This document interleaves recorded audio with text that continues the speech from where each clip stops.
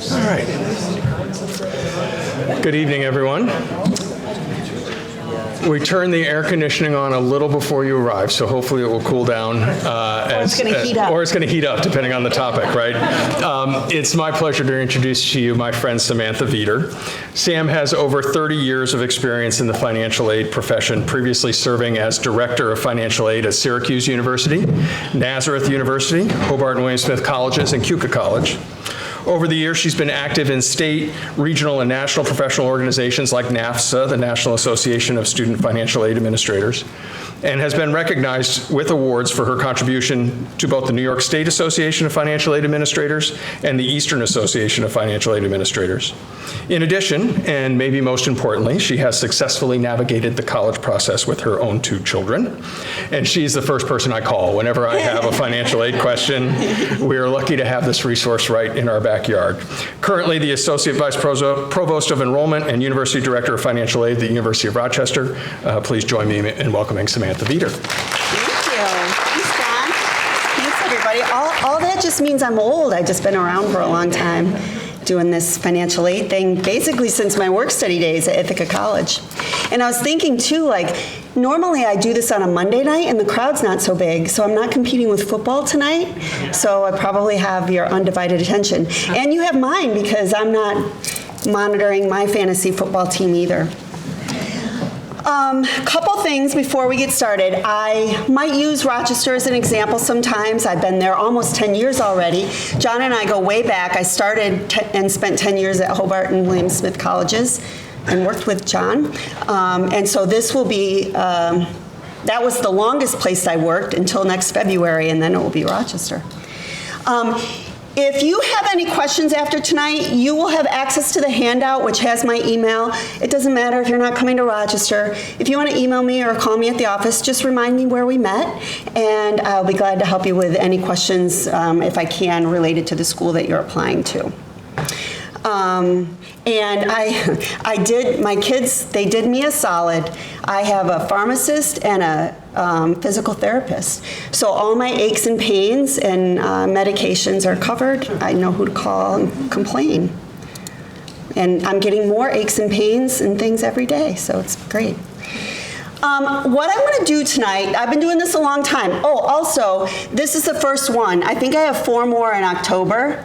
But usually McQuaid's the first one, and so it could be a little rusty. I've been doing it over 30 years, and but you know, there's always a little bit of the kinks when it's the first one of the new year.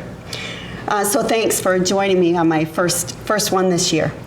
What I'm going to do, same thing I always do. We're going to talk a little bit generally about the process. We got to talk about forms. They're boring. I know you probably hate forms. Frankly, so do I. And I'll help you figure out how to navigate those. But then we're going to talk about the secret sauce and kind of how the formula works and how it might look for you in your situation. I'm going to give you some real life examples. We've changed the names to protect the innocent. So maybe you'll walk away thinking like you know where you might land as you navigate this process. Couple questions first, and I might have to take my jacket off tonight. How many of you have been through this process before? Okay, a few of you. If you've been through it in 2024, 25, or 25, 26, it's about to get way better. That year was rough, 24, 25, the new FAFSA simplification year was the worst in my 30 plus years in financial aid. We are coming out of the woods now. Last year was still bad, but better than the year before. But actually FAFSA's already up and running, and it's not even October 1st yet. So we're getting back on track. How many of you have sons that are seniors? Okay, any non-seniors, juniors, sophomores? Okay, all right. If you all come back next year, I'll watch, and you can. No, you can come back next year. This is, you know, it'll be the same thing, just up the calendar 1 year. Okay, so as you begin to navigate this process, this is the most important thing you can offer your kids. You can't make a better investment, not in real estate, not in stocks, bonds, mutual funds, than in investing in your child's education. And you do have to prepare financially as well as educationally, right? So they've been studying. preparing academically, taking AP classes, yes, and rigorous courses, preparing to get into the best school, but you also need to prepare financially as well. And it's never too late to start. The formula isn't going to penalize you if you haven't saved a penny. That's okay. It's only going to take you where you're at right now on income and assets, and we'll talk more about that in a minute. But think of yourselves as a consumer of higher education for your child. Be informed about the costs and the process and really the outcomes. A huge shift in looking at outcomes even from when I went to school in the 80s, right? Now people want to know, can I get into grad school, med school, law school? Can I get that job that I want? And what's the ROI, the return on investment, what you put in to getting to those outcomes that you want? I don't know about you, but it's maybe generational. I do that with everything, whether I buy a Subaru or a Lexus or a Sharp TV or a Roku TV, I'm always looking at the ROI. And so you should look at your investment the same way. Now, these basic principles, needs analysis is the formula that is used to calculate your eligibility for financial aid. Need analysis. And there are some basic principles of need analysis that are true everywhere. They're true at Monroe Community College, they're true at NAS, Fisher, U of R, Harvard, Cornell, every place in between. And the first and primary principle is that to the extent that they're able to do so, parents have primary responsibility to pay for their kids' education. It's not the federal government's job. It's not the state government's job, and it's not the college and university's job. Those resources kick in to supplement what the parents can afford to pay, which is why you file the forms. Students are expected to have some skin in the game as well and invest in themselves, contribute to their own educational costs. And so usually how they do that is taking out a student loan and paying it back later. That was a nice entrance, though. That's okay. They might take a student loan and pay it back later when they're out of school and gainfully employed, or maybe get a work-study job while they're in school, or a summer job when they're home for the summer. But they have some ways to contribute to their own educational costs. And, you know, I hear commonly parents say, you know, I don't want my son or daughter to work while they're in college. That's okay. But I'm going to tell you, you probably do, right? They've got a lot of time on their hands. That's the biggest adjustment to college compared to high school. Right now, there's a full day and extracurricular, maybe sports, part-time jobs, study, repeat. And then they're going to get to college and have no class on Friday, no class till noon on Tuesdays and Thursdays, and have just a lot more time to manage. So the connections and time management of a part-time job are not such a bad thing. You will be evaluated in your present financial condition. Now, we're going to talk more about what present means in this actual needs analysis formula. It's a prior year of income that is used. So for those of you who are seniors now, you will be applying for fall of 2026. You will be using your 2024 income tax return, so prior year. But there's no assessment on what you should be making, what you were making 5 years ago, or what you might be making 5 years into the future. And you are all evaluated in an equitable and consistent manner. So if the formula might be unfair in some ways, I would agree with you when we get to that point. But it's unfair to all of you, so you're equally treated unfairly. And there is an opportunity, if you have special circumstances, for you to work with your financial aid counselor and possibly have them step in and adjust some information and recalculate your eligibility for financial aid. You have to report your current value of your assets and the appropriate prior year income, so 2024 for fall of 26. But then you can work with your financial aid officer, and there may be an extenuating circumstance where they can adjust and, for example, use 2025 income instead if there's a loss of a job or divorce or separation or some other circumstance. Okay, let's talk about the forms and get the boring part out of the way. We're going to start with the FAFSA, Free Application for Federal Student Aid. This is the form that collects your personal information. You file one per student. Any twins? No twins this year. Triplets, multiple, 2 in college. Triplets?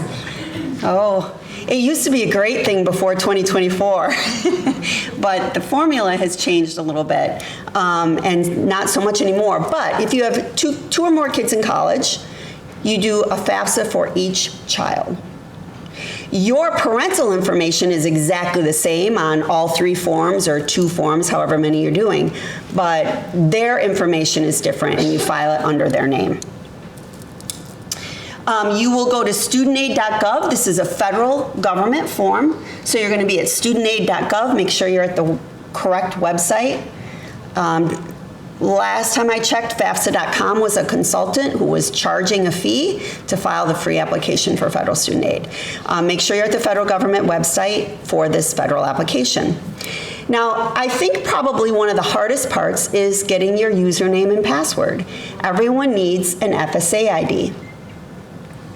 If you already have an FSA ID because you've been through this process before with another child, it's the same FSA ID. You do not need to get a new one. You can reuse that same one for this child as well. But the student needs one of their own, so it's their own original signature.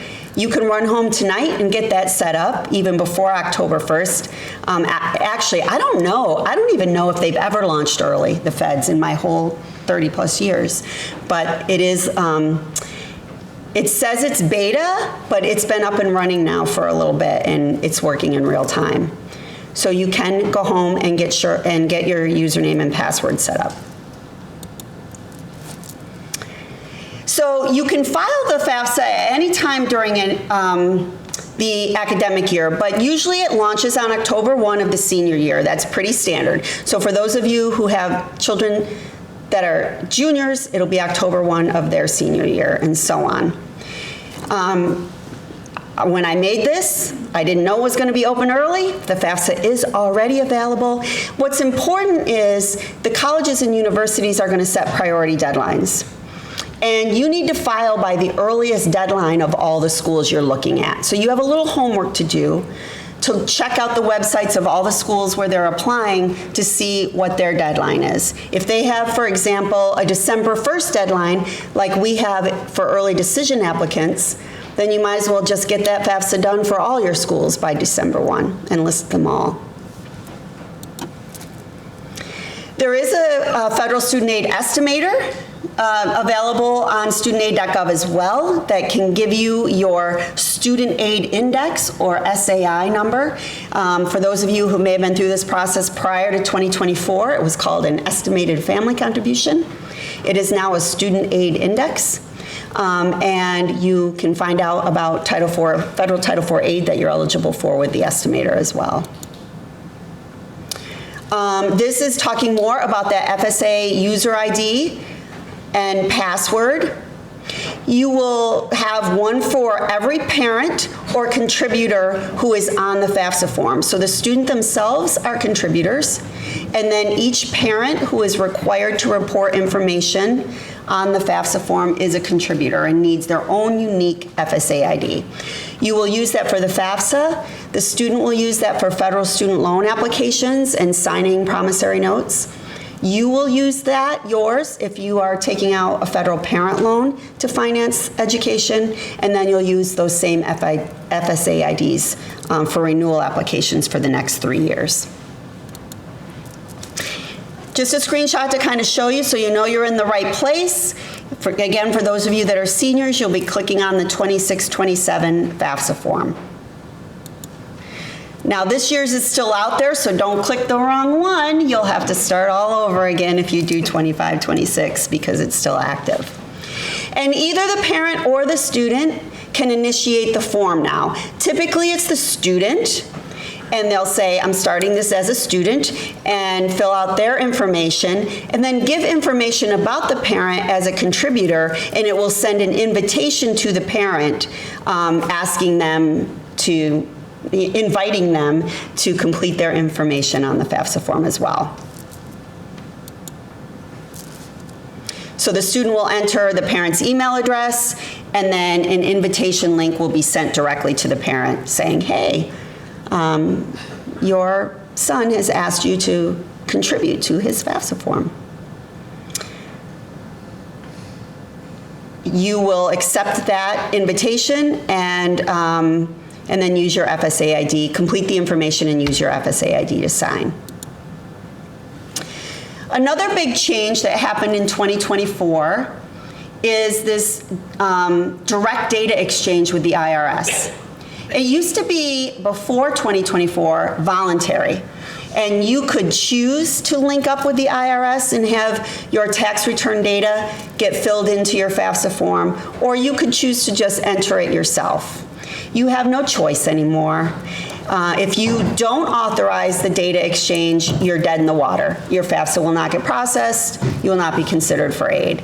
You have to authorize the data exchange now. All contributors have to authorize, even if you didn't file a tax return, because that exchange then verifies that no tax return is on file. So parents and students have to authorize, so that link happens up with the IRS. But then you don't have to enter any tax information. And for those of you who don't love forms, this is the hardest part of the form. So by just authorizing the data exchange, the hard work will be done for you. Parents, if you're married and you're filing a joint tax return, only one of you needs an FSA ID and only one of you needs to authorize. If you're married, filing jointly.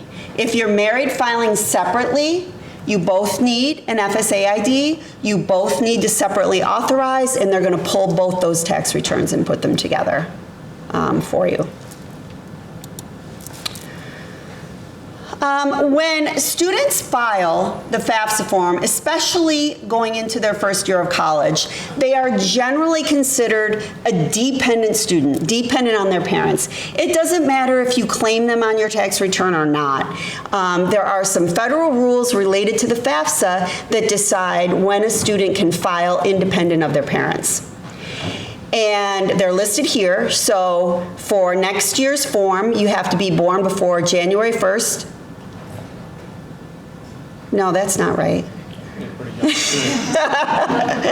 I typoed that. It's 24 years old. So it's probably 2003, not 23. Whoops, I'll see the kinks of the first night. They have to be married. They have to be a graduate or professional student. So sometimes students are graduate students before they hit the age of 24. Or active duty military, or veteran, or have their own children that are legal dependents of themselves, be an orphan, a ward of the court, or in foster care, an emancipated minor, or under legal guardianship. There's no emancipation in New York State, so it would only be legal guardianship here as New York State residents, or homeless or self-supporting and at risk of homelessness. If they do not meet those criteria, then they have to include, you have to report parental information on the FAFSA form. If there is a circumstance where you may feel that you can't or are unable to complete the parent information, you will want to work directly with the financial aid office. The only way that can happen is with the approval of a dependency override by a financial aid administrator.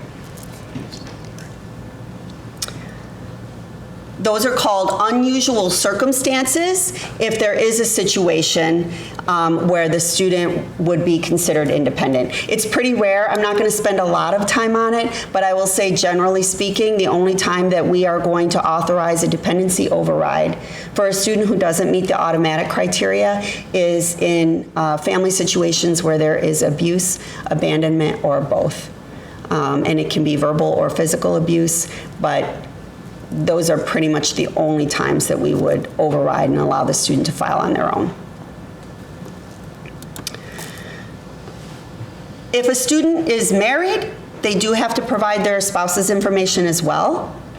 I already said consent to transfer. FTI is federal tax information. Now, things got real serious for me with this new FTI. You know, my whole career, there's fine print on the FAFSA that says, you know, sign under the penalty of perjury, imprisonment, blah, blah, blah, you know, I'm like, whatever. Well, but now there's real strict laws separate from the Department of Education under the IRS umbrella related to federal tax information that really is protecting your FTI data and requires everyone who has access to it to a whole new level of security and protection in protecting your FTI.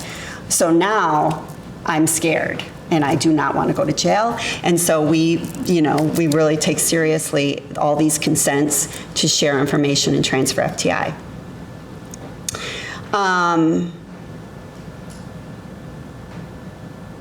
Okay.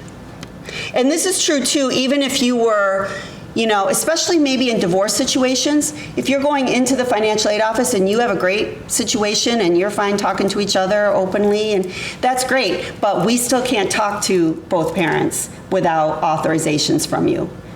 So there'll be whole consents and things you have to do for us to be able to talk to someone else about the financial aid application or share anything from the FAFSA. And the only time we can even share your FAFSA information is in the application of financial aid. So if a scholarship organization wants some information from your FAFSA in order to award financial aid to the student, we can share with consent. But we are not allowed to share as much as FAFSA data used to be shared. So when you get done with your FAFSA, you will have a summary page that will have 4 sections. It'll give you your general eligibility overview.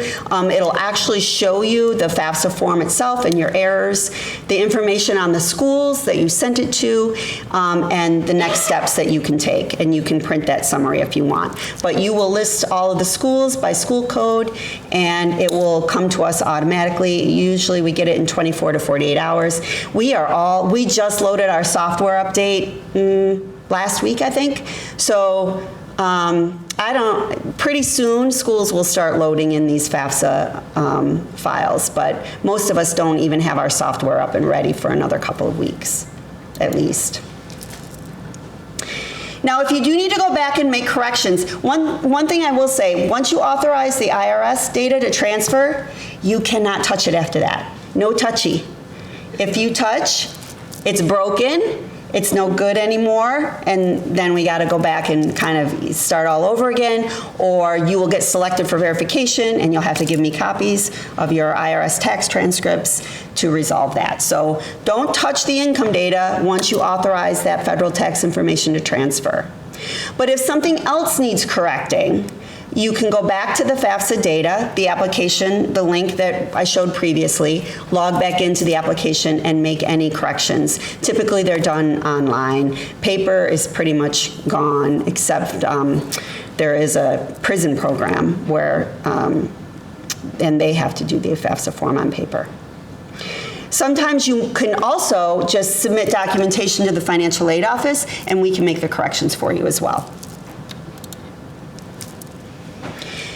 Now, special circumstances are different than unusual circumstances. So unusual circumstances are those dependency overrides, where the financial aid office might consider the student to be independent of the parents for certain reasons.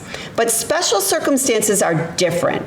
Those are conditions that can't be documented on the FAFSA, but something has changed. So if you're using 2024 income for fall of 26, but 2024 is no longer representative of what your income actually is in your household, I mean, it's 2 years ago, then you can work with the financial aid office on that special circumstance and see if they can adjust. Once the financial aid office makes a decision, it is final, it cannot be appealed, and it's up to the school's policy whether they will make an adjustment or not. So let me give you an example on that. The most common, I think I have here's a little example, a bunch of little bubbles showing examples of special circumstances. So the most common is a loss of employment or income.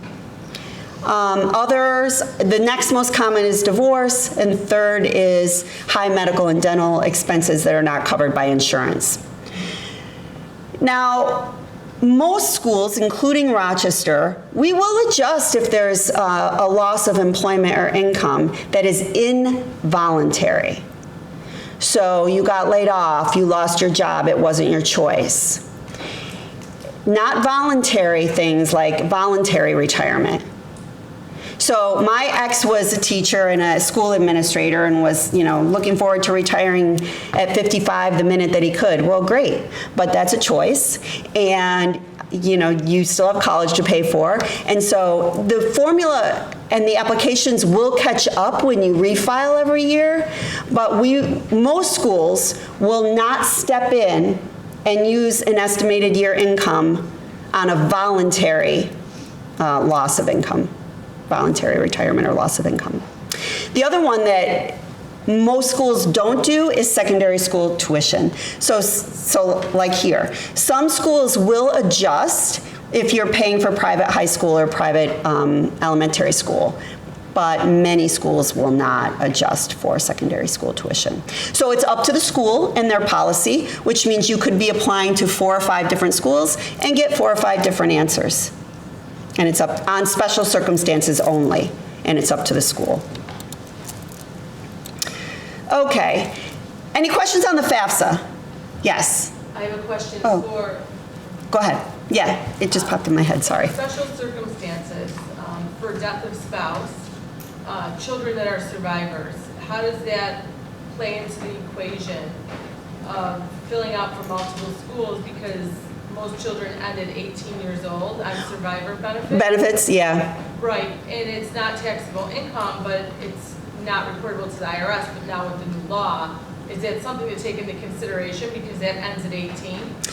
Yeah, so it's always been on there, even the untaxed portion is reportable income, but then it would be a special circumstance, depending upon how the birthday falls, that you would be talking to the school to say, they're gonna end within the next year, or we just got our last payment, we had it in that year, but we don't have those payments anymore. And it'll be totally up to the school if they want to step in and remove them, or just say, well, next year when you renew and the benefits are gone, then we'll pick it up next year. Okay. Same thing happens with income. Some schools are saying, we won't adjust this year, but next year when you file your 2025 taxes and your income is lower in 2025, then we'll adjust then. And the thing that happens with teacher retirements in particular, if they're mid-year, it sometimes takes 2 whole tax years to catch up, right? Because you had a full tax year of working and then a half year of working if you retire at the end of the school year. So sometimes it takes 2 years for those income changes to catch up, depending when the retirement is. The other thing I did want to mention about the FAFSA is, in households where the natural parents are divorced or separated or were never married, and there's a little bit of a change in this rule, again in 2024,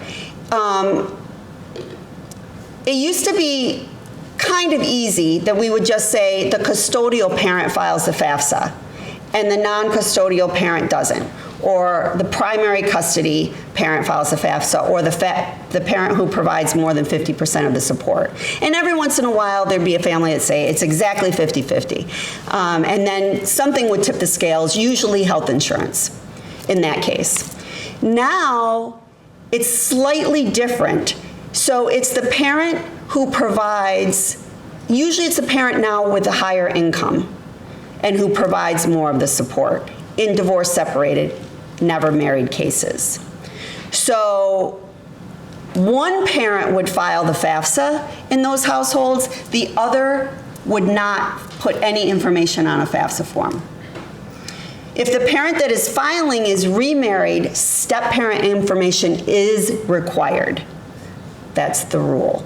So if the primary parent, the parent where they live, the parent that provides the majority of the support is also remarried, the step-parent income is on the form, the non-custodial parent is not. Any questions on that? What if the custody is 50-50? If The custody is 50-50, but one parent makes more than the other one. with the rules now, the parent who makes more would file. That's the only one, the other one doesn't have. Right. But again, 50-50 on custody, then you start digging into, who's providing the support, who's providing more support for the student, and sometimes the thing that tips the scale is who's providing the health insurance. If you can't tip the scale any other way, like household bills, food and shelter, if that doesn't tip the scales, if that's all 50-50, then, Primary and secondary health insurance, it will be whoever is doing the primary. sorry? So primary and secondary health insurance, like, It's not necessarily always that, it's who tips the scales at providing more support. But now, it's more likely than not always the parent who makes more money with the changes in 2024, who is supposed to file it. It's a little bit different, yes. Do you fill this out every year the child's in college? Yes, you renew every year. It gets a little easier. The renewal FAFSA pulls all the demographic stuff over again, and all you have to do is update the income to the next tax year and update the assets to the new value. So it gets a little easier on renewal. But yes, you do. Yes. So now that it pulls from the IRS directly, if there's no tax return from the IRS, then it's going to just come up blank into the application? Yep. And then is it become? If you don't file. Does it become where the school has a question usually? They probably will. If it could, there could be, and sometimes there's even a code we get that says, oh, Like for how are you living? Well, right, but for a situation, this is a married couple, one parent dies, that's non-taxable income, it's not reportable by IRS standard. Is that the only thing that matters for the FAFSA?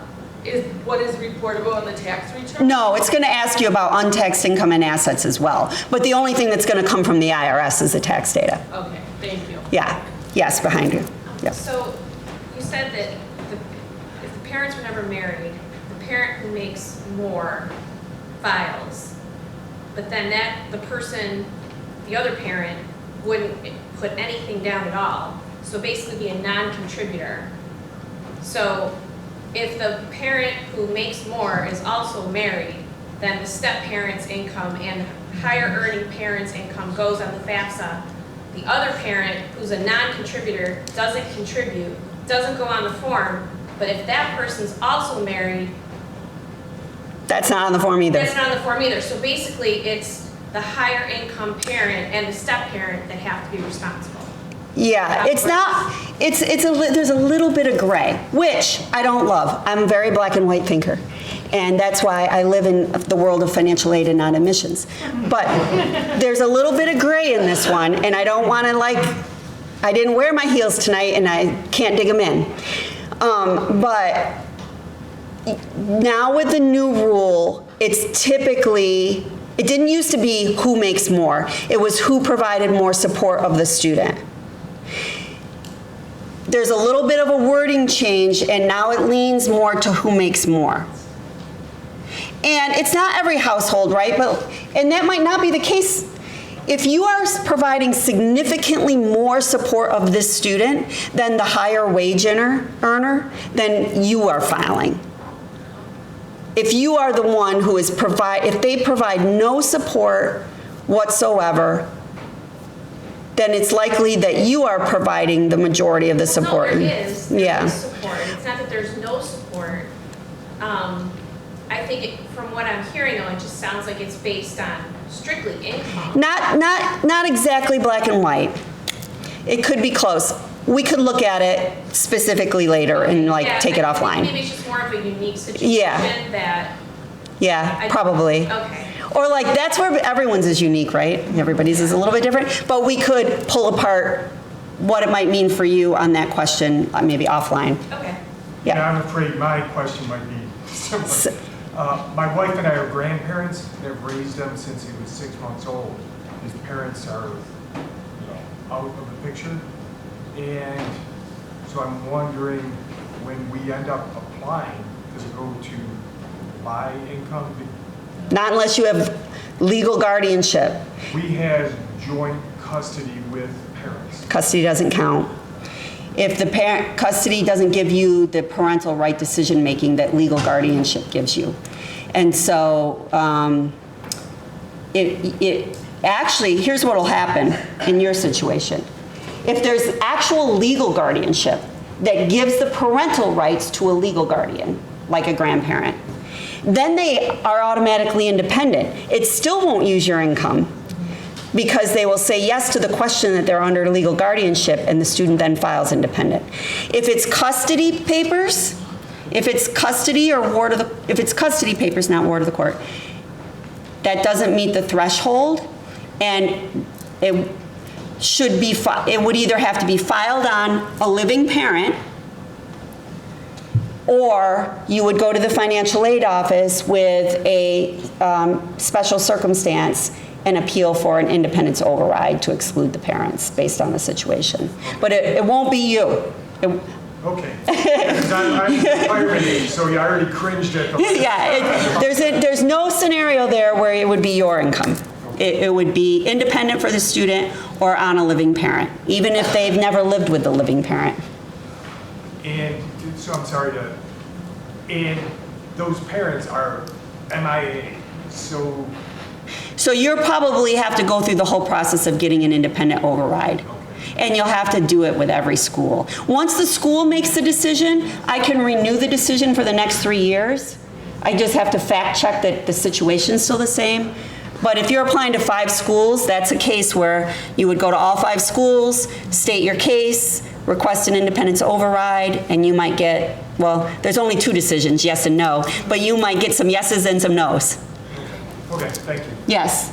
Is there an average income that FAFSA gives? Hold that thought, we'll get to the cases.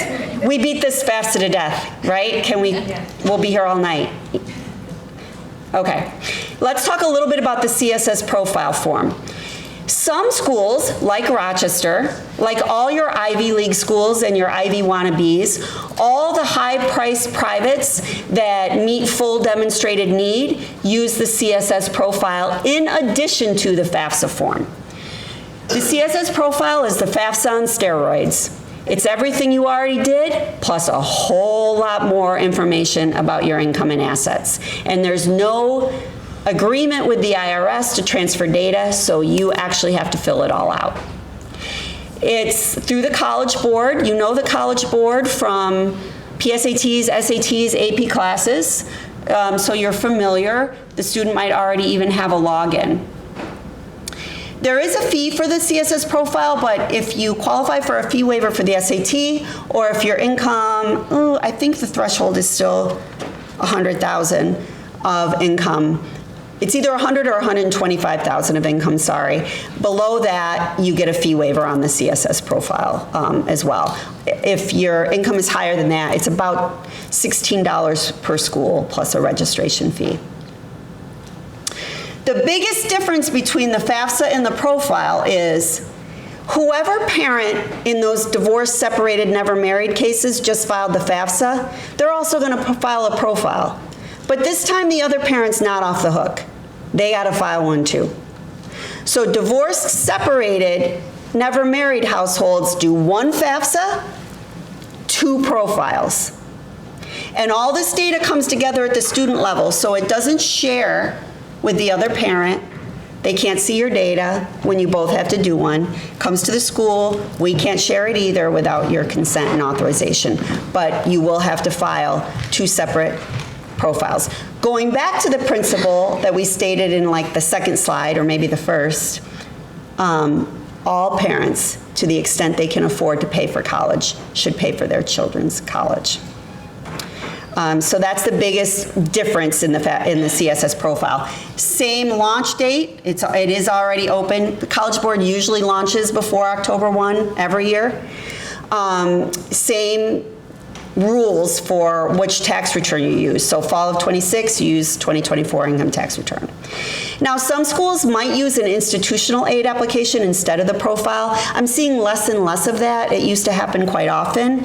But some schools want more data than the FAFSA gives, but don't want to make you go through the profile. Profile now has a light version. I think we're in, gosh, I'm losing track of time, which is another sign that I'm getting older. But I think we're in our maybe 3rd year of Profile Light. So there's some skip tracing and, or depending what the school wants from you, it might be a shortened version of questions rather than the longer profile form. You only do that for the schools that are requiring it. Again, any Ivy wannabe, Ivy lookalike, high-cost private is going to want you to do the CSS profile. And you won't get their financial aid without it. If you're a New York State resident and you go to college in New York State, you might be eligible for a New York State TAP award.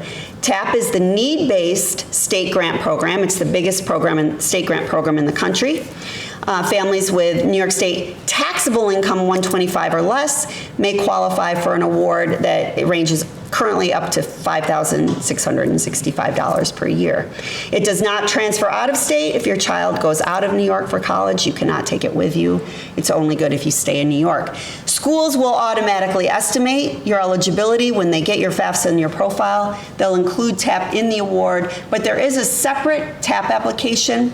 FAFSA launches your New York State TAP application, and then there's a link for kind of a supplemental form that you have to sign in order to actually qualify and receive the state grant funding. And then I had mentioned some schools use an institutional application. Any questions on all of the forms?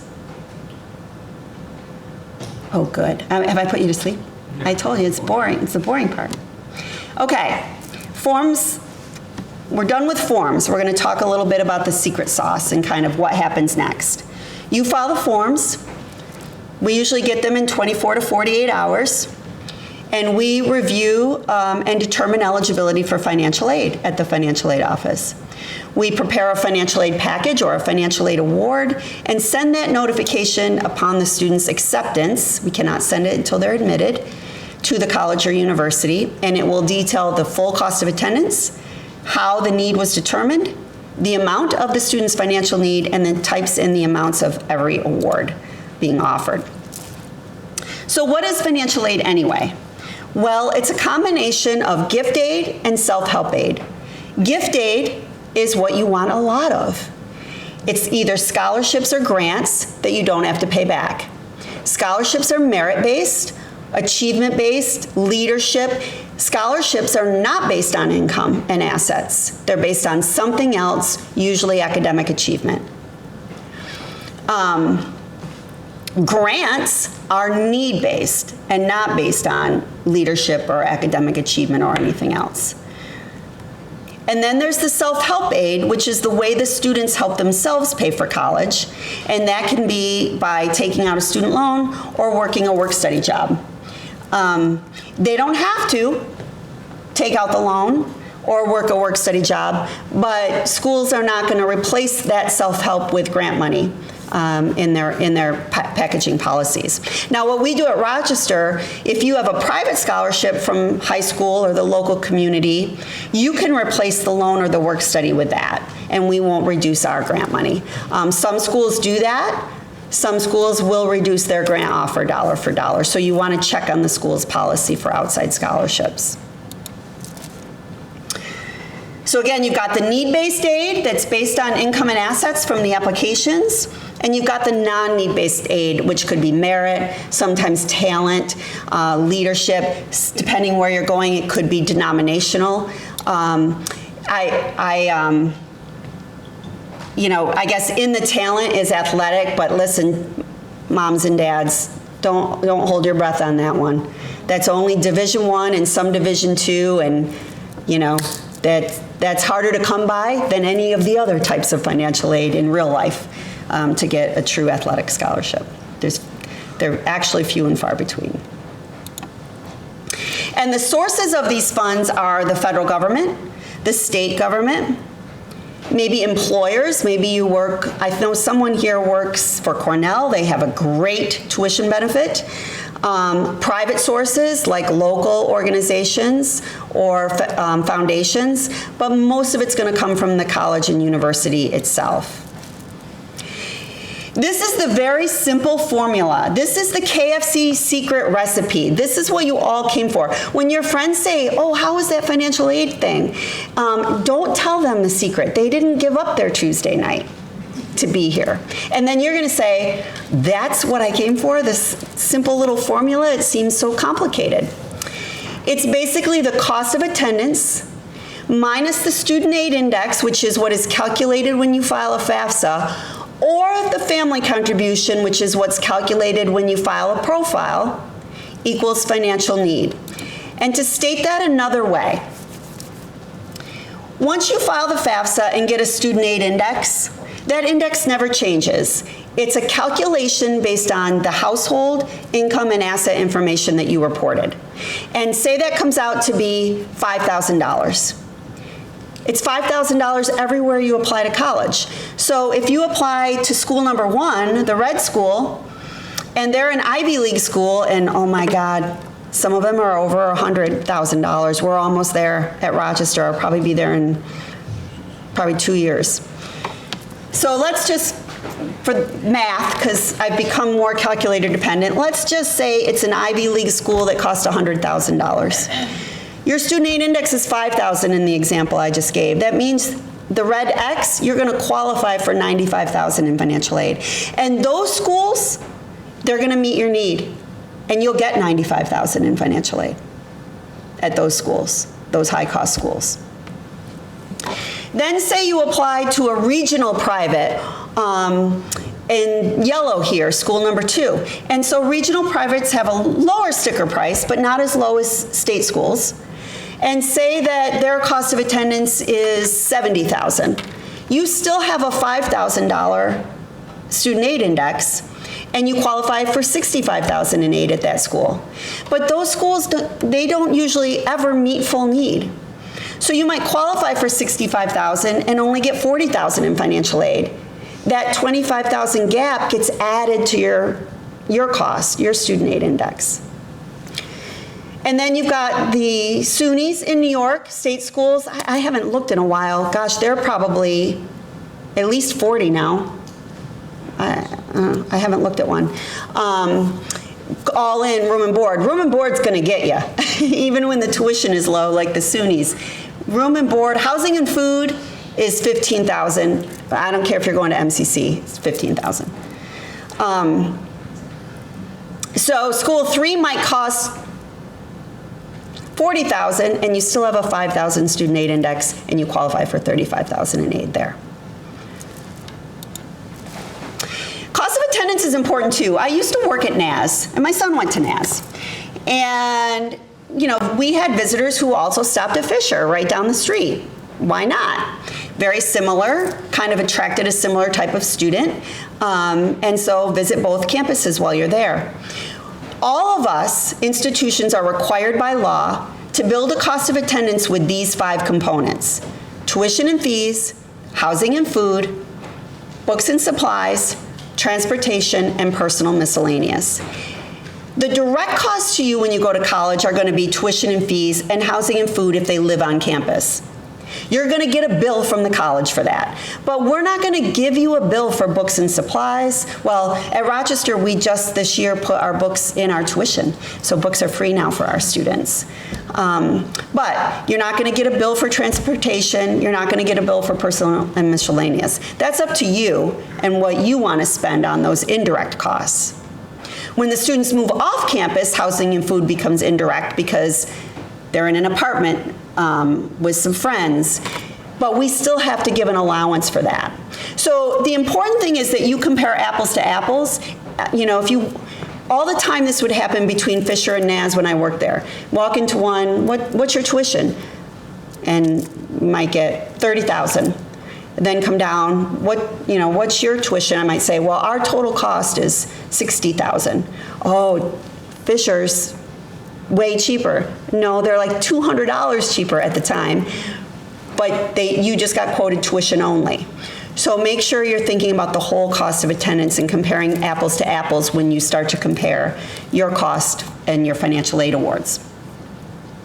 So now we're going to talk about this student aid index a little bit. And it's not really a number that says necessarily what you can afford to pay today.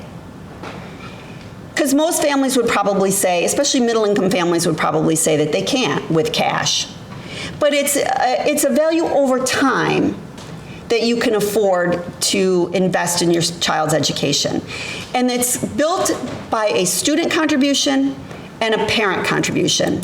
And we're going to dive into those both a little bit. We're going to start with parents' income because it's the worst.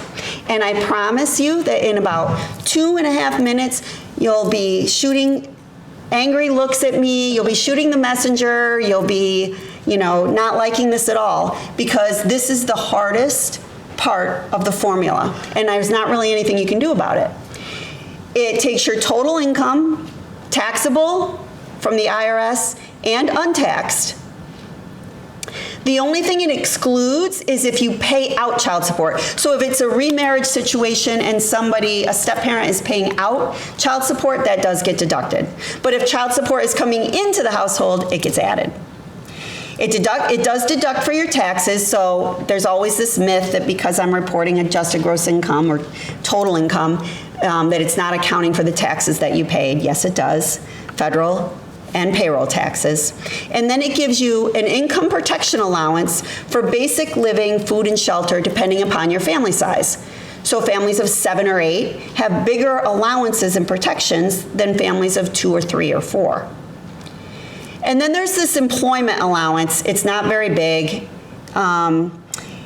It's only given in 2-parent households where you both work outside of the home, or 1-parent households where the parent works outside of the home. And it's an allowance for working outside of the home. It's an allowance for lunch and gas and clothing and things related to the expense of employment. All of that gets deducted down to what is actually available income after all of those protections. And then there's an assessment that's based on your available income that determines the parental contribution from income. Now, I'm going to give you some rough rules of thumb, very rough rules of thumb. This is just generally speaking. It's not the hardcore math. But generally speaking, if your total income, I'm going back to the top now, taxable and untaxed, total household income is $30,000 or less, your parental contribution from income is probably going to be 0 or really close to 0. From about $30,000 until maybe $80,000 or $90,000 of total income, you're probably going to pay now a little more than 10% of your income. So roughly $50,000 is $5,000, $60,000 is $6,000, roughly, for a family of 4. It'll go down if your family's bigger, it'll go up if your family's smaller. From about $80,000 or $90,000 to about $150,000, it stops going like this and goes like this. So, a family of 4, $120,000 of income, you're probably looking at close to $18,000 to $20,000 of a contribution. And then it goes up from there. Now, if you're applying to an Ivy League school or an Ivy wannabe or a high-cost private, I shouldn't pick on the Ivies, they cost $100,000. You're going to qualify for aid with a family contribution of $20,000. So you still want to apply for financial aid. But the contribution is going to hit income on the parent side pretty hard. Look at, I wish the camera was this way. You're just the way I expected you to be deflated. Okay. But the good news is, it's really good at protecting your assets. I mean, really good. So there's this myth that you're expecting us to drain our assets to send our kids to college, mortgage our house. No, not at all. First of all, it doesn't even count a retirement account as an asset. So anything that's in a 401k, a retirement account, a 403b, an IRA, you don't report it. You can have $1 million, $2 million, $5 million in your 401k. It's not reported. The profile will ask for it, but we don't use it in anything except for informational. It's not part of the formula. It doesn't count your home equity in your primary residence. So you can own your own home, have it paid in full, have $200,000-300,000 in equity, it won't count in your primary residence where you live. On the FAFSA form, it does count on the profile form. The home equity does. Most families assets are in their home equity and their retirement, and they're already excluded. So what's left? Well, what it does count is your cash savings checking, the money under the mattress too. This change in formula puts child support received on the asset side, which is really wonky and kind of silly. And then an adjusted net worth if you own a business or a farm that you don't live on. So in 2024, when the rules changed, they stopped protecting farms, and it blew up, especially for congressmen in the Midwest whose constituents were farmers. So now it's back in there again this year for the first time after 2 years of being out. So, and if you own a business with 100 employees or less, it's protected. But if you have a farm that is not your primary residence, or a business with more than 100 employees, you do have to report the equity. And if you have any other real estate beyond your primary residence, you have to report the equity. So if you've inherited a lake house with your siblings, maybe there's 4 of you, you have to report the 1/4 that is yours. And then there's an asset protection allowance, and that protection gets bigger as you get older. So it protects more of your assets as you get closer to your own retirement. And then there's a conversion rate after that of 12%. What does all that mean? Again, general rule of thumb, we're taking primary residence and retirement accounts out. But generally for most families, if you just go back to the top of your assets, your contribution from assets is 4 to 6%, 4-6.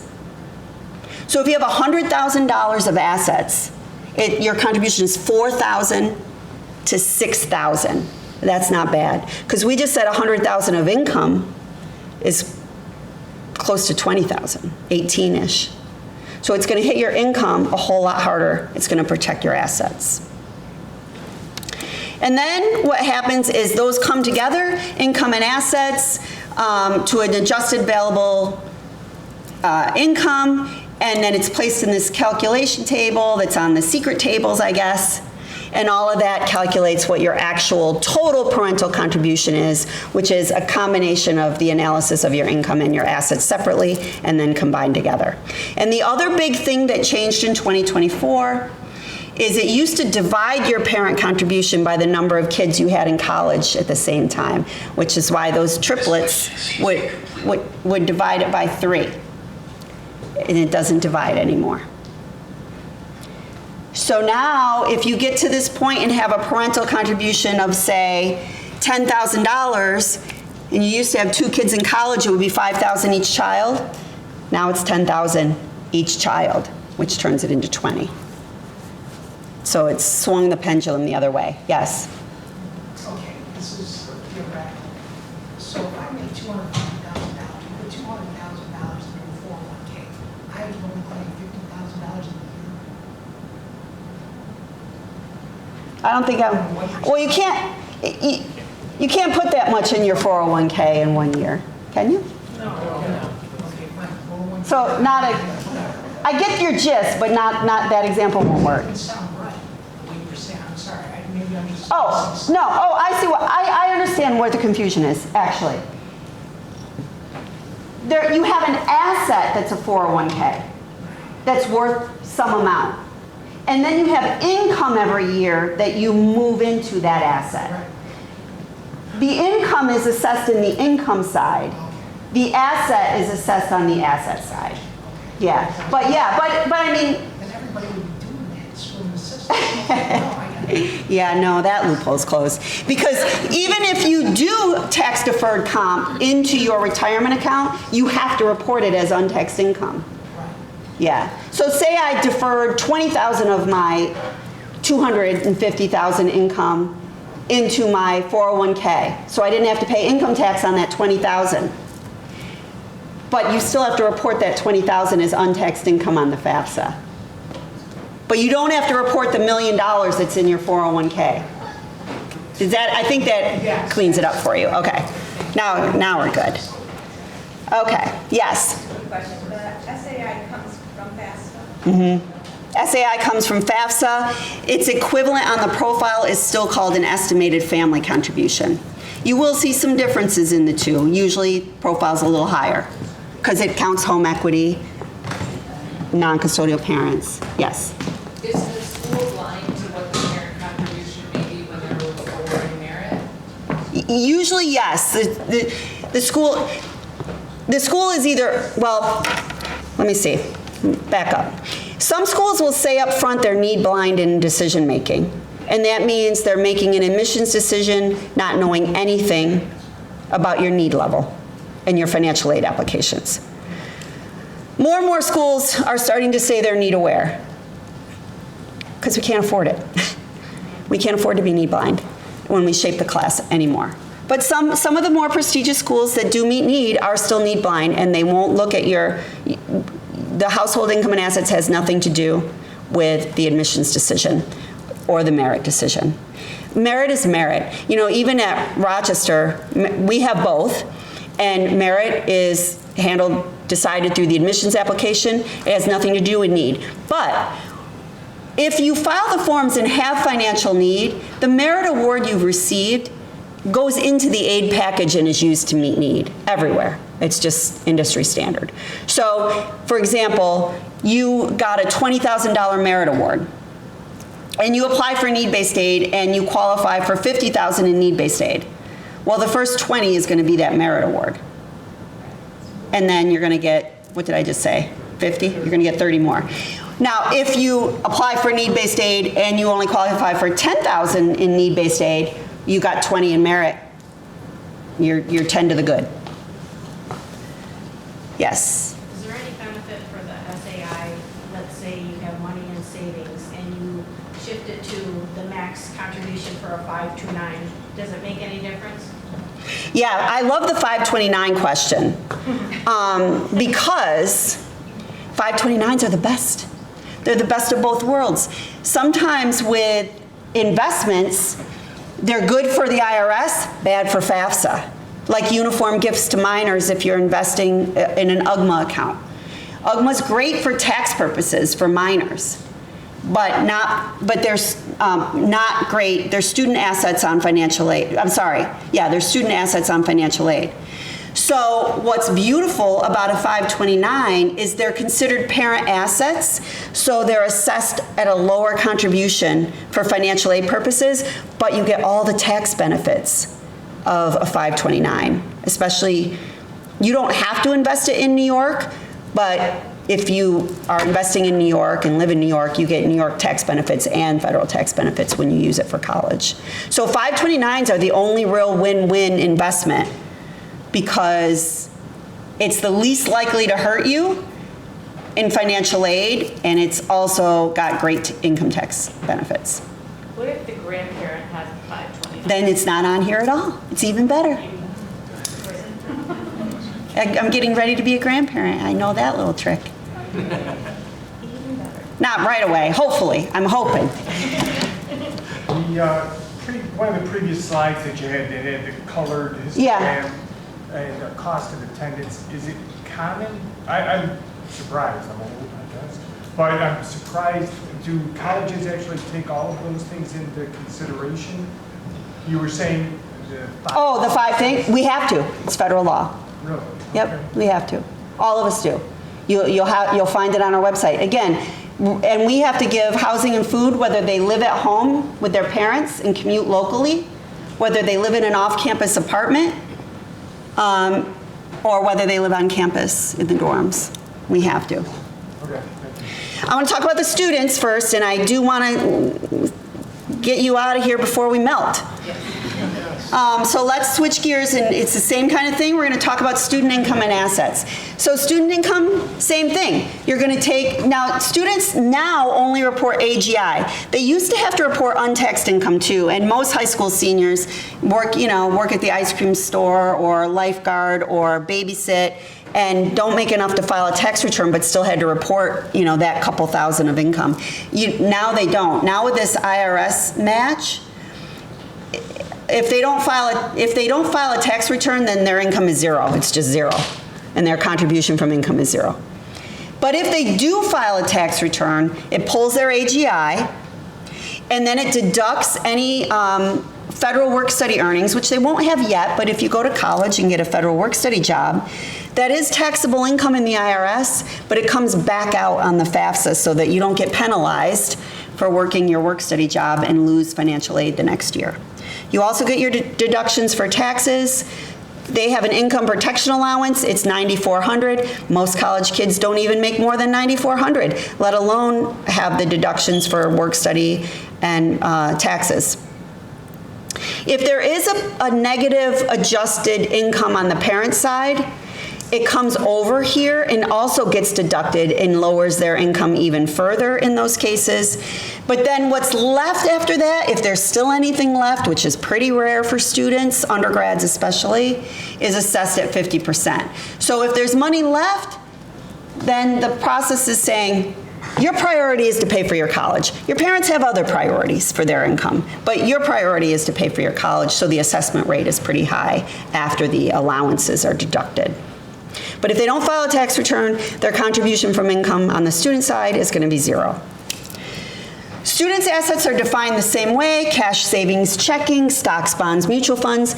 You might have, the difference here is all 529s are parental assets, because they're not really, you can say, like I used to say this when I did financial aid nights 30 years ago when my kids were little, 28 years ago when my kids were little. You know, when my daughter takes off for California in a VW bus, I can just move her 529 over to my serious son so he can get his doctorate degree, right? You can move your 529s through bloodlines. So they don't really belong to the child that you've set them up for, because you can move them, which is why they're a parental asset, and not versus if you have a trust fund or an UGMA account, that does belong to the student. If they own a farm or a business, that net worth is included as well. It's pretty rare, but if they do. If they have IRAs or money that you're already investing in a retirement account, that's excluded, just like the parents' retirement accounts are excluded. If they have other real estate values or investments, trust funds, they're included. The difference here is that their assessment rate, it's not protected at all, and it's straight up 20%. So if they have $100,000 in assets, the student contribution is $20,000 versus the $4,000 to $6,000 we just said on $100,000 of parental assets. So parental income hit hard, student assets hit hard. And then those get added together as well, along with that parent contribution, and voila, the whole thing becomes the student aid index or the family contribution. Now, how you actually pay, that's up to you. You know, the formula might have said X amount from income, X amount from assets, X amount from the parent, X amount from the student, totals $10,000. You decide how you want to pay the $10,000 or whatever it comes out to after the financial aid. You can use current income. You can use a savings account. You can use the assets you've saved. You can use the 529, or you can take a loan, or you can combine all three. Most schools have a payment plan. My kids were both in 6-year doctoral programs. They overlapped for 2 years. For the love of God, I was on a payment plan for 10 years, I think. So that's nice too, because it can make the cost fit into your current income in a more comfortable way. Oops. Back. And we play this forms game every year. Yeah, you do. You play this forms game every year if you want to reapply, because it updates your income and assets, and so things could change. Okay, here's the real life examples that we'll take from these true stories, actual calculations. Dirty Harry comes from a family of 4 with 2 kids in college. Income is $276,682. Parents have $289,500 of assets, which is a combination of a little bit of cash and a lot of real estate and investment equity. Student makes $758 and has a savings account with $3,207 in the bank. This family contribution, the total SAI is 86,000, almost completely from the parents. So on the student side, that's 641, that's 20% of the savings. The wages are too low for a contribution. And the parent side, I didn't bring my notes copy tonight, so that had this broken down, but it's more heavily on the 276,000 of income that is the driver of this parental contribution. The assets are, I can't remember what it was. Well, 4 to 6% of roughly 300,000, and then the rest. So this is really being driven by the income. And the reason why I put 2 in college here is to say that before 2024, that 85,779 would have been divided by 2. And now this family would have qualified at the 2 schools. At 86,000 of SAI, they're not qualifying for much even at an Ivy at this point. And then we've got Snow White. She has 4 in her family, 1 in college with 117,000 of total income, 2,600 of net worth. That comes primarily from a savings account. Student doesn't have any income and has assets of $1,260. Again, student contribution is 20% of $1,260, and this 16,000 is all driven by that income of 117, for a total of 17,126 for the student aid index for Snow White. Now, if Snow White has a bigger family, that parent contribution is going to go down. If Snow White has a smaller family, same income, that contribution is going to go up. Annie Apple is 3 in the household, 1 in college. This is a single parent household, 2 children, 16,000 adjusted gross income, no assets, nothing for the student. This is a 0 contribution family.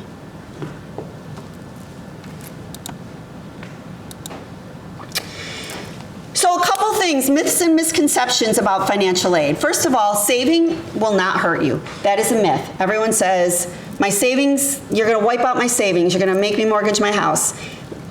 It's hardly touching your parental assets. Parents use those assets sometimes, but saving for anything that you buy never hurts you. You are not expected to drain your assets. We went over that. Outside scholarships, I kind of touched on this before, but you're going to get aid packages, and then you might hear about local, private outside scholarships as around the end of high school, near graduation, when you've already committed to your school and received your financial aid package. Ask the school up front what their policy is. Some schools will swap out their need-based grant dollar for dollar. We don't at Rochester. We let you reduce your cost or replace loans or choose not to work with it. But not all schools do that. So know beforehand, your child's done that work. Why should the school benefit from that if you're bringing an outside scholarship to the table? The one thing I will say is if you do have employer benefits, if you work for a college or university that has transferable employer benefits, tuition benefits, that's different. And that swaps out dollar for dollar with a need-based grant. Employer benefits, different than outside scholarships. But if you have planned and saved, then I think you have more options open regardless of cost.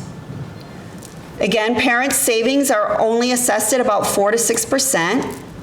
Maybe the students or the parents borrow less because you've saved more. And then spreading out the cost of college will lessen the impact on your lifestyle during those years that you pay for college. There are some other financing options available to help you with your cost, your out-of-pocket contributions, the family contribution, or the student aid index. Big changes in the federal parent loan program starting next year. There is a PLUS loan, parent loan program, that parents of undergraduate students can take. It's a great option. It's a simple credit check. If you have good credit, you'll get approved. So a lot of families use it because there's no debt to income ratio. And because it's an education loan, you can defer repayment as long as your student's in school, at least half time. So if you've got some things you're trying to pay off or reorganize in your finances, you can take this loan and not pay it back until 6 months after graduation or withdrawal of the student. It does accrue interest. It's called unsubsidized. It accrues interest while the student's in school. So you have some choices. You can pay nothing while they're in school, pay interest only while they're in school, or start to pay your interest and principal, but a real small payment because it spreads out over 10 years instead of, the payment plans are usually 10 or 12 months. I recommend if you use that option, you at least pay the interest so you avoid the capitalization or the snowballing of the interest because you'll be paying interest on interest. So it's easy approval, no debt to income, but the interest rates are high. They change every year on July 1. It's called a fixed variable rate. So it varies every year on July 1, and then it's fixed for that year, forever and ever, on any loan that you take out. So they're a little high right now, higher than probably what you would get on a home equity line or a personal loan. But a home equity line and a personal loan isn't going to give you an in-school deferment that an education loan gives. So just weighing which option works best for you. Schools have payment plans, they're interest free. They might have a small enrollment fee like $35 to $50 a year, and then it spreads your payments out over 10 to 12 months. That's kind of a nice option. And then if you want loans, but you want them in the student's name and not in the parent's name, there are some private or alternative loans out there. The student will need a credit-worthy cosigner, so parents, you're probably on the hook anyway. It's going to be on your credit report anyway. Those are not federally backed loans. The interest rates are monthly variable. So it depends. It could be comparable to the federal loan program, but over the course of 10 years and 4 years in college, it could go sky high depending what the market does. And the other big thing about the PLUS loan changes is they're capping the amount you can take at $20,000 per year, parents. Used to be capped at the total cost of attendance. Now it's capped at $20,000 a year, or guess what? This makes total sense. $65,000 for 4 years. How do you figure? So you're not, hopefully by senior year you got another option because you're not going to have $20,000 left by then. You're going to have 5. So that's new, starting July 1, 2026. If you have a child in school now and you're using a PLUS loan, there's a legacy protection that you can continue under the old provisions until that student finishes their program, or up to 3 years. So the most important thing, if I just sounded, for however long I've been here, if I've just sounded like the teacher on the Peanuts cartoon for an hour and 45 minutes, the only thing I really want you to remember is to meet the deadlines. File on time. Meet the deadlines, meet the deadlines, meet the deadlines. You could qualify, but if you miss a deadline, be out of luck. Talk to the financial aid office if you have any special circumstances. Again, you're using the income from 26-27. You're going to authorize that data exchange. And this is old. My goodness, this came into law when I was at Hobart and William Smith Colleges in 2008. No, I wasn't there anymore. Well, anyway, it still was a long time ago. We are all required to have a net price calculator on our website. Some schools bury it deep, deep, deep, so you won't find it. Some schools have it front and center, but we all have it because we have to. Some schools put effort into making it work very exactly. So if you look at Rochester's and put the data into our full, we have two. We have a quick and dirty and a full one. If you do the full one and you put in good data, you'll get your aid package, your need-based aid package, what it's going to look like. It won't predict merit, but it'll tell you your need-based aid package. And when you get that aid package after you file the FAFSA profile, if you put in good data, it should look exactly the same. Other schools use averages, which is what the law is required, and frankly, no one's average. Half are above and half are below, and so everyone thinks they are average, but we're not. And so you'll have much more range in what you're eligible for. I have kept you, it's probably even dark outside. Does anyone have any more questions? We did a lot of questions throughout that you want to ask publicly, or do you just want to get out of this hot room? Okay, if that's the case, I think you're going to get the handout. We've already posted up to the admissions, to the counseling office website. So Okay, there. and it's got my email, and it's got my phone number. Just, again, remind me where I met you. My memory is not as good as it used to be. And I'll be glad to help you with general questions, even if you're not thinking about Rochester. I'll also hang out for a few minutes. If you have something that you want to ask me privately, feel free to grab me. But thank you for coming out.